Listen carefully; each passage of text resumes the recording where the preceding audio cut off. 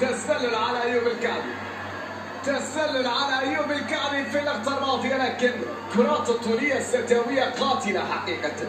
الكرات الطولية قاتلة لنادي السد. هذه واحدة إلى حسن الأيدوس اللي بدا أنه كان في موقف تسلل في اللقطة الماضية. طبعا أيوب غير متسلل، لكن هنا الكرة الأولى لحسن الأيدوس هي التي كان فيها تسلل. تمريرة حسن الأيدوس لأيوب الكعبي لم يكن فيها تسلل، بل التمريرة الأولى لحسن الأيدوس هو الذي كان متسللا في اللقطة الماضية.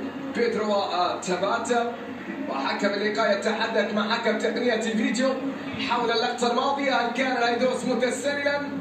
هل كان حسن متسللا في اللقطة الماضية؟ أم أن التسلل لم يكن موجود على حسن الأيدوس؟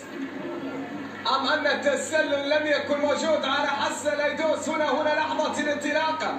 هل كان فيدريكو مغطي في اللقطة الماضية وكذلك محمد موسى؟ الحكم أشار إلى التسلل وبالتالي ألغي الهدف لنادي السد، لكن